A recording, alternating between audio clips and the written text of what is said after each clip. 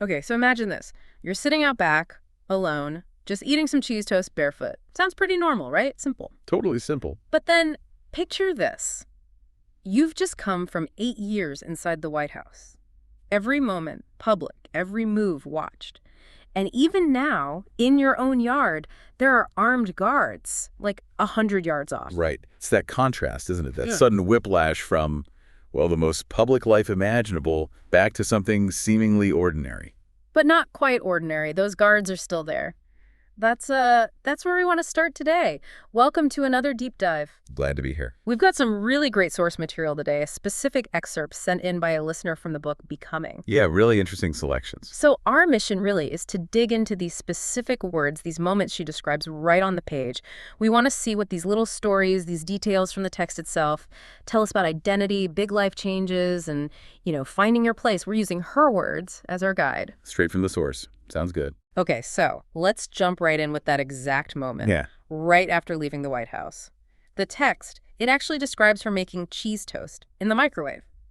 Simple cheddar cheese. Very mundane almost. Exactly. But then she takes it outside, barefoot, shorts on, sits on the steps, and this line she writes, it hits you. I ate my toast in the dark, feeling alone in the best possible way. That specific phrasing. Best possible way. Right. And she adds these details, too, about her dogs getting confused by a neighbor's dog barking something they never heard at the White House. And yeah, those guards still nearby. That scene, the cheese toast scene, it really speaks volumes, doesn't it? On the surface, it's like, oh, she's just relaxing. But the text makes it clear it's almost a radical act for her at that moment. Reclaiming something. Exactly. Reclaiming privacy. Yeah. That feeling alone in the best possible way. The book shows you this wasn't just, enjoying solitude. It was needing it desperately after years of none. And the text doesn't smooth it over, does it? The dogs being confused, the guards. No, it keeps that tension. The source material highlights that this transition isn't clean cut. The dogs, their confusion shows how deeply conditioned the whole family was to that unique White House environment. And the security presence, it underlines that the past, that extraordinary public life, it still lingers. It's the text showing it's not like flipping a switch back to normal. Yeah, that tension is key. Wanting simple privacy, but still living with the echoes of where you've been.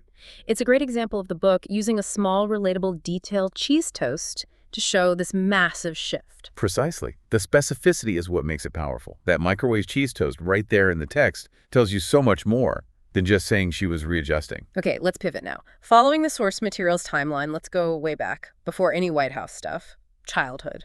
Euclid Avenue. Right. The book describes her sharing a room with her brother Craig, and there's this detail about a makeshift partition their grandfather built.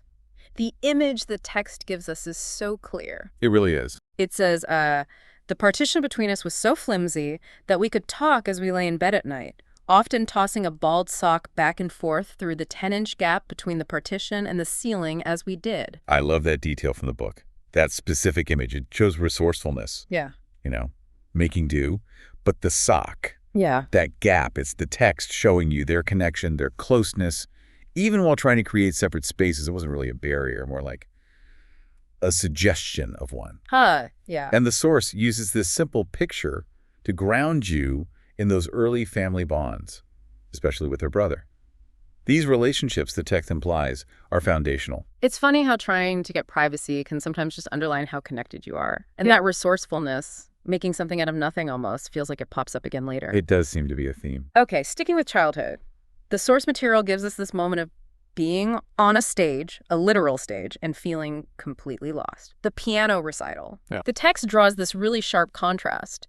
There's her teacher Robbie's piano at home, described as having this honky-tonk patchwork of keys, and a conveniently chipped middle C, her normal. Reference point. Exactly. And then there's the perfect piano at the recital, all shiny and uniform. And the text explicitly connects her sense of self, her identity at that moment, to her everyday world. She writes, "To me, that's what a piano was. The same way my neighborhood was my neighborhood. It was all I knew." So the perfection was the problem. In a way, yes. The source shows her stepping up to this supposedly better, perfect piano and panicking because all the keys looked the same. Her usual landmark, that chipped middle C, it wasn't there.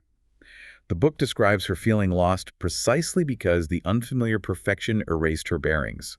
It's the text showing that feeling of being thrust into a new, maybe ideal world and feeling totally inadequate because your own experience doesn't map onto it. Until Robbie steps in. The book describes this small rescue moment, her teacher gently laying a finger on middle C. Such a small gesture described in the text, but huge significance.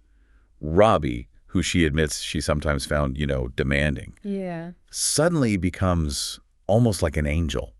That simple act showing her where to begin, giving her that one point of stability in this overwhelming uniform landscape. The text uses it to illustrate the power of guidance, of mentorship. It's the source highlighting how crucial a guide can be when you're feeling vulnerable, stepping into intimidating new territory. And it definitely foreshadows her later focus on helping others find their starting points. Makes sense. There's another early moment in the sources that echoes that feeling of maybe not measuring up at first. The color card thing in second grade. Right, the word cards. Yeah, struggling with purple and orange and then freezing on the word white. The text really conveys the feeling, the weight of it. She writes, "The embarrassment felt like a weight, like something I'd never shake off." That's powerful language for a childhood memory. It is, and she connects it to wanting achievement. I just wanted to achieve. Or maybe I didn't want to be dismissed as incapable of achieving. She even mentions focusing on the gold stars other kids got. This specific incident with the word card, right there in the book, it becomes this formative experience with academic pressure and that fear of judgment. Being dismissed as incapable. Exactly that phrase. Critical. The source shows how this early brush with perceived failure, that desire for the gold stars, it really lit a fire under her. It fueled this intense drive to prove herself, to achieve. The text draws a pretty clear line from this second grade moment to her later determination to overperform, especially when she enters spaces where she feels like an outsider. So many of these early moments the book describes, they seem to be about navigating different worlds, feeling that pressure. Yeah, that's a strong theme. And it definitely carries into her teenage years. The source material talks about her daily bus commute across Chicago, a much bigger world. Right, the bus as an eye-opener. The book emphasizes the exposure this gave her, not just to different parts of the city, but crucially to different worlds within the Black community itself. She notes meeting white kids from the North Side, places she hadn't thought about, but then finds something more intriguing. She writes, "My early discovery that there was such a thing as an African-American elite." That realization. And the text gives specifics. Friends with professional parents who went on ski vacations, belonged to certain clubs, stuff like that. The source material uses that commute, those encounters described in the text, to show her world expanding rapidly. And it complicates identity, right? Yeah. It shows that African-American wasn't monolithic. There were these huge differences in background, privilege, experience. Yeah. Encountering this elite people who looked like her but lived very different lives with different resources, the book shows how that broadened her perspective significantly. And the text explicitly says this exposure fed her, "I'll show you," intensity.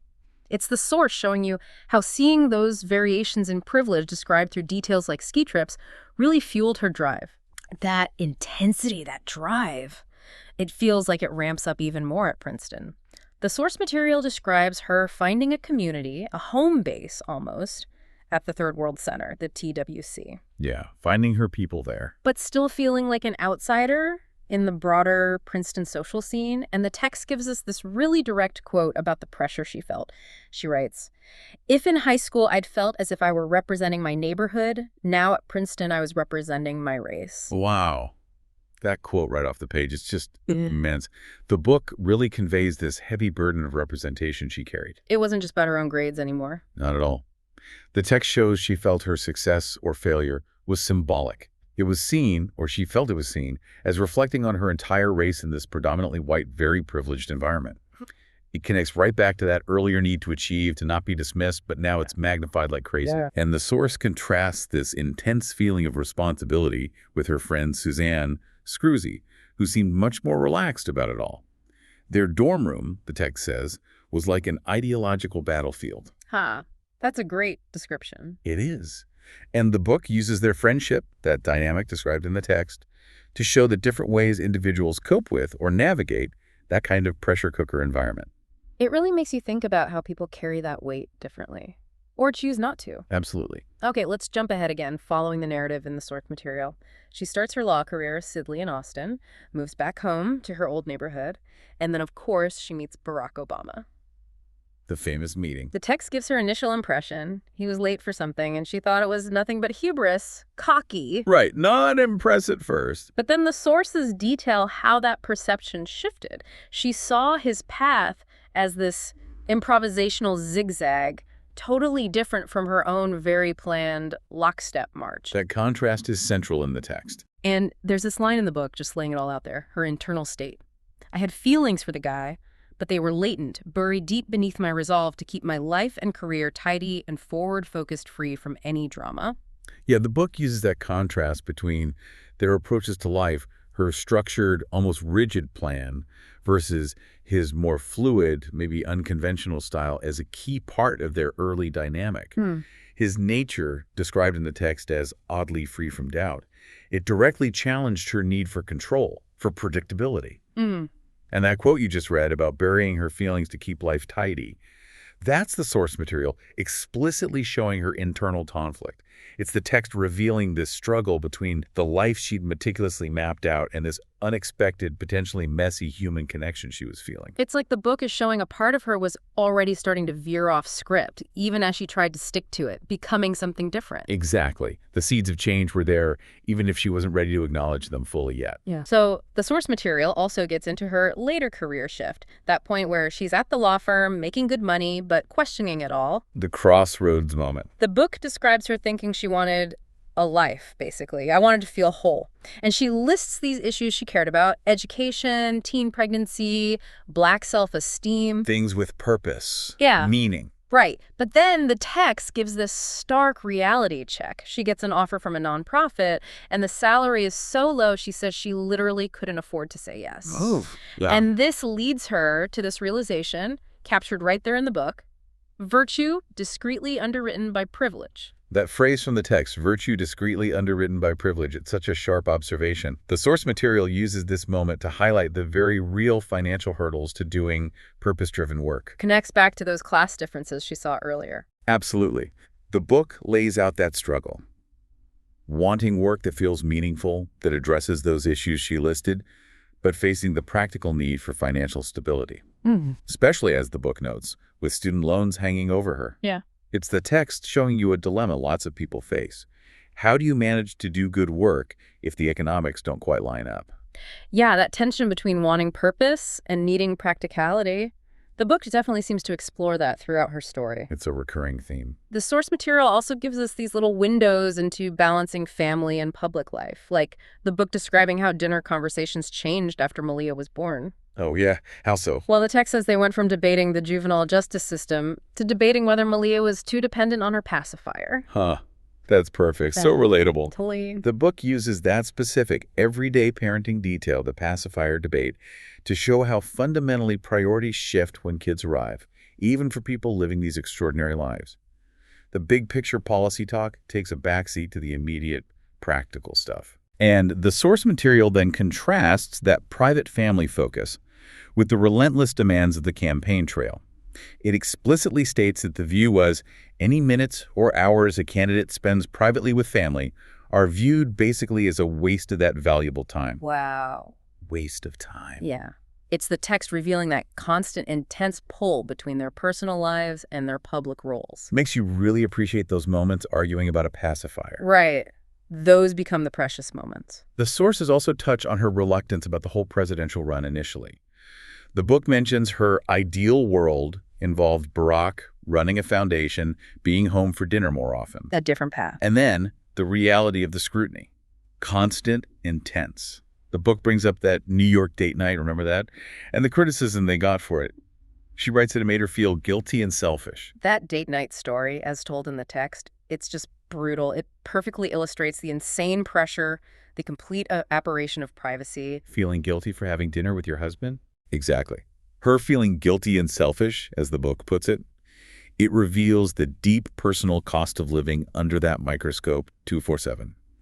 It's the source showing how even the most basic human things, like a night out, became politicized and judged. It ties back to navigating those different worlds, the weight of public expectation. It just sounds completely exhausting, that level where a simple date night becomes a whole news cycle. Unimaginable for most of us. And the book gets into the challenge of dealing with the criticism, the often contradictory expectations, especially as First Lady. She talks about that mom-in-chief label and how it was spun. Yeah, that phrase got a lot of attention. And the text just sums up the bind she was in. I was either hard driving and angry, or with my garden and messages about healthy eating, I was a disappointment to feminists, lacking a certain stridency. A total no-win situation, right? That quote from the text lays it bare. Totally. The book shows that as a public figure, especially a prominent woman, particularly a black woman, she was trapped. Every choice was dissected, criticized from opposing angles, often based on stereotypes. So how did she handle it, according to the text? Well, the source describes her trying to manage it by being deliberately unpredictable sometimes, like mixing high ends and low end fashion. The book suggests it was an attempt to resist being easily categorized, to stop people from reading messages into everything she did or wore. It's the text showing the constant conscious effort needed just to navigate that public space under such intense, contradictory scrutiny. It's fascinating the strategy involved, just to, be yourself in that context, as the book shows it. Yeah, a constant negotiation. But despite all those challenges, the source material also really highlights how she used that platform, especially for young people. The book describes her connecting with the girls at the Elizabeth Garrett Anderson School in London. And the core message she wanted them to hear, right from the text, "You belong, you matter, I think highly of you." The book even mentions a study that suggested test scores improved after her connection with them. That moment, described in the source material, it feels like it connects back to her own story, doesn't it? Having felt overlooked or needing that guidance herself, the test shows her understanding the power of just showing regard, of seeing young people, especially kids from backgrounds that might make them feel invisible. That simple message she delivered, "You belong, you matter, I think highly of you." The text presented is incredibly potent, and the mention of test scores, even if the book is careful about causality, it underscores the idea that feeling seen, feeling valued, can have real, tangible impact. It's the text showing the power of genuine connection. Yeah, that message, "You belong, you matter."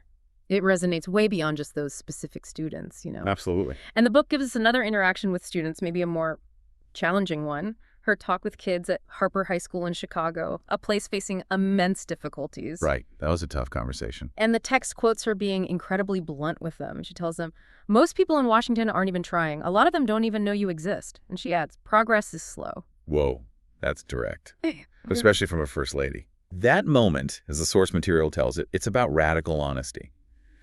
The book shows her choosing not to offer platitudes, but what she felt was a difficult truth.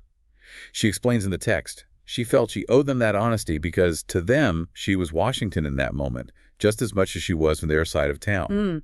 It's the source material stressing the importance of acknowledging harsh realities, and maybe highlighting the need for self-reliance, for resilience, when you know that systemic change is painfully slow or maybe not coming at all for you. It's the book contrasting that polished message of hope with a much grittier reality she herself knew. Yeah, it's a stark reminder that just saying "you belong" doesn't fix the underlying system. Exactly. It's a necessary message, but not sufficient on its own. So finally, the source material brings us right to her reflections on the title itself, Becoming. The core idea. She writes, and this is directly from the text, "For me, becoming isn't about arriving somewhere or achieving a certain aim. I see it instead as forward motion, a means of evolving, a way to reach continuously toward a better self. The journey doesn't end."